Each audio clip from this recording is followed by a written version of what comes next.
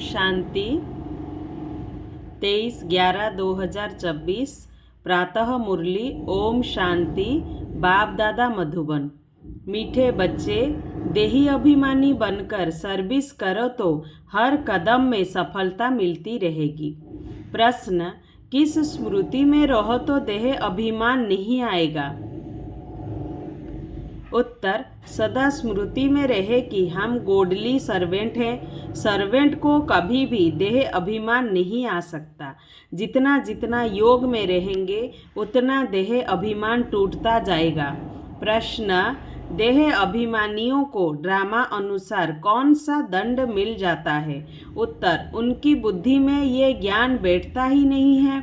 साहूकार लोगों में धन के कारण देह अभिमान रहता है, इसीलिए वो इस ज्ञान को समझ नहीं सकते।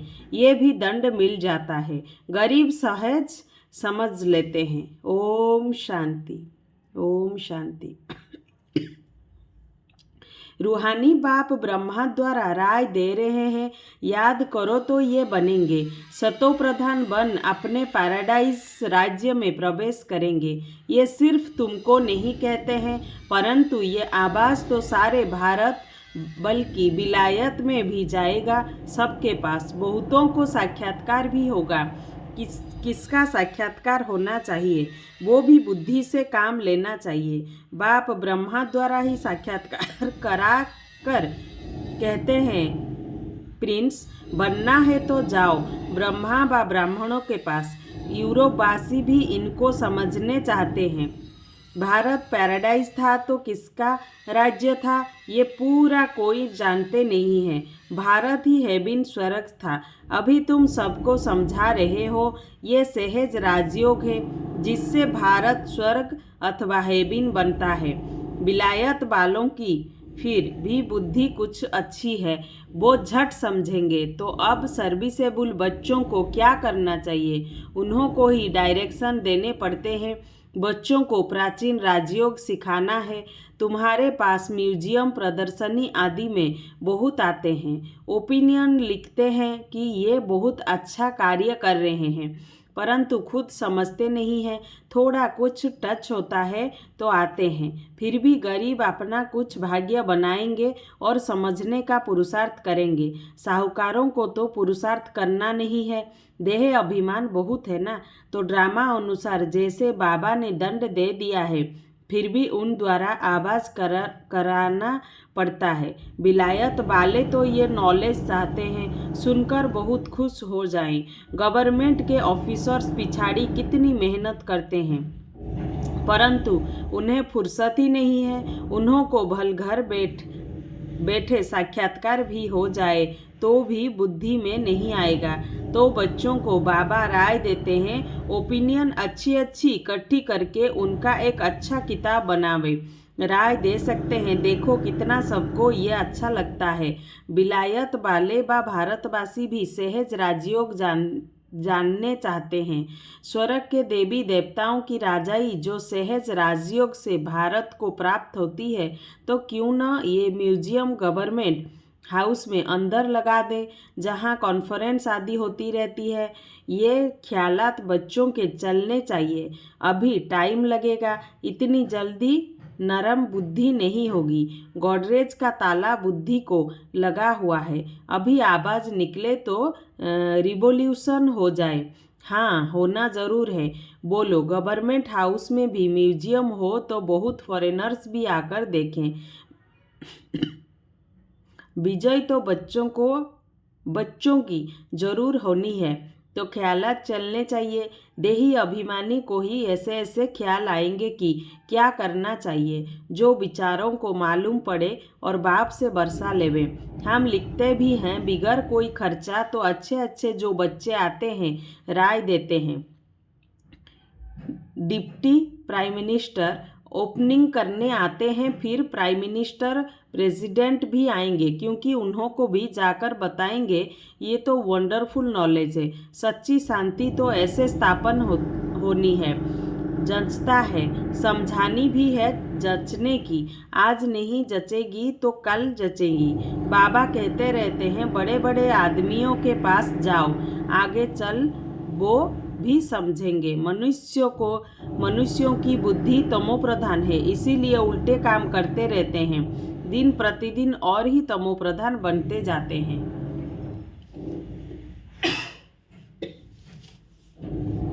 तुम समझाने की कोशिश करते हो कि ये बिकारी धंधा बंद करो, अपनी उन्नति करो। बाप आए हैं पवित्र देवता बनाने। आखिर वो दिन भी आएगा जो गवर्नमेंट हाउस में म्यूजियम होगा। बोलो, खर्चा तो हम अपना करते हैं, गवर्नमेंट तो कभी पैसा नहीं देगी। तुम बच्चे कहेंगे हम अपने खर्चे से हर एक गवर्नमेंट हाउस में ये म्यूजियम लगा सकते हैं। एक बड़े गवर्नमेंट हाउस में हो जाए तो फिर सब में हो जाए। समझाने वाला भी जरूर चाहिए। उनको कहेंगे टाइम मुकर्रर करो, जो कोई आकर रास्ता बतावे, बिगर कौड़ी खर्चा जीवन बनाने का रास्ता बताएंगे।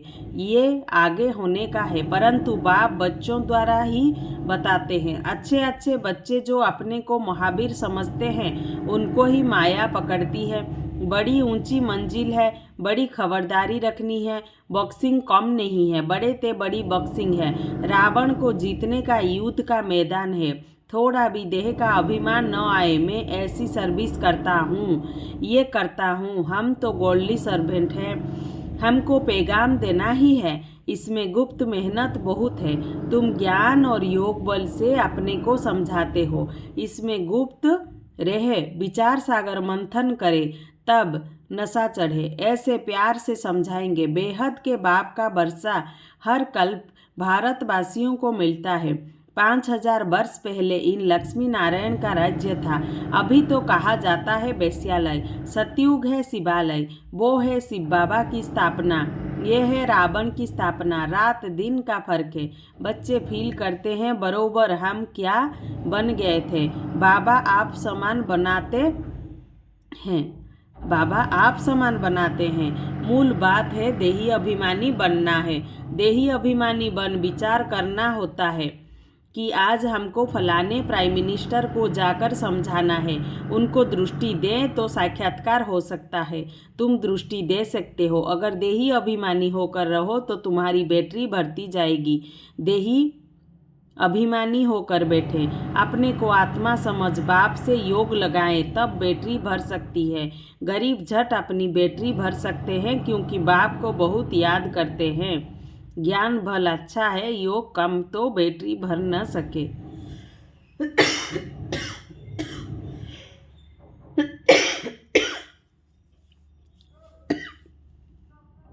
क्योंकि देह का अहंकार बहुत रहता है, योग कुछ भी है नहीं। इसीलिए ज्ञान बाण में जौहर नहीं भरता, तलवार में भी जौहर होता है। वही तलवार 10 रुपया, वही तलवार 50 रुपया। गुरु गोविंद सिंह की तलवार का गायन है, इसमें हिंसा की बात नहीं। देवताएं हैं डबल अहिंसक। आज भारत ऐसा, कल भारत ऐसा बनेगा तो बच्चों को कितनी खुशी होनी चाहिए। कल हम रावण राज्य में थे तो नाक में दम था, आज हम परमपिता परमात्मा के साथ रहे हुए हैं। अब तुम ईश्वरीय परिवार के हो, सतयुग में तुम होंगे दैवी परिवार के। अब स्वयं भगवान हमको पढ़ा रहे हैं, हमको कितना प्यार मिलता है भगवान का। आधा कल्प रावण का प्यार मिलने से बंदर बन पड़े हैं, अब बेहद बाप का प्यार मिलने से तुम देवता बन जाते हो। 5000 वर्ष की बात है, उन्होंने लाखों बरस लगा दिए हैं। ये भी तुम्हारे जैसा पुजारी था, सबसे लास्ट नंबर झाड़ में खड़ा है। सतयुग में तुमको कितना अथाह धन था, फिर जो मंदिर बनाए उनमें भी इतना अथाह धन था, जिसको आकर लूटा। मंदिर तो और भी होंगे, प्रजा के भी मंदिर होंगे। प्रजा तो और ही साहूकार होती है, प्रजा से राजे लोग कर्जा उठाते हैं। ये बहुत गंदी दुनिया है, सबसे गंदा मुल्क है कलकत्ता। इनको चेंज करने की तुम बच्चों को मेहनत करनी है, जो करेगा सो पाएगा। देह अभिमान आया और गिरा, मन मनाभव का अर्थ नहीं समझते, सिर्फ श्लोक कंठ कर लेते हैं। ज्ञान तो उनमें हो न सके, सिवाय तुम ब्राह्मणों के कोई मठ पंथ वाला देवता बन न सके। प्रजापिता ब्रह्म कुमार कुमारियाँ ब्राह्मण बनने बिगर देवता कैसे बन सकेंगे? जो कल पहले बने हैं वही बनेंगे। टाइम लगता है। झाड़ बड़ा हो गया तो फिर बुद्धि को पाता जाएगा।